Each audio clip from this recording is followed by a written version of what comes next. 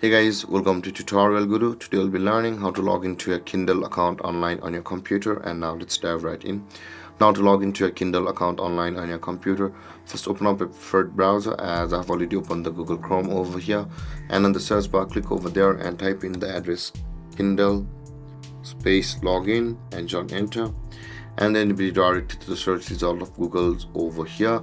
And on the first result of Google, you can see there is the Amazon Kindle website. Click on it, and over here you can see guys, Kindle is one of the platforms from Amazon. Now in order to log into a Kindle account, click on the sign in with your account over here, which will be opened with your Amazon account, and enter the email address or your phone number of your Amazon account over here.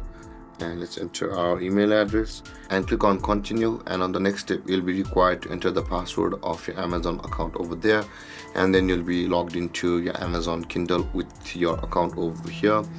And with that being said guys, this is how you'll be able to log into your Kindle account online on your computer.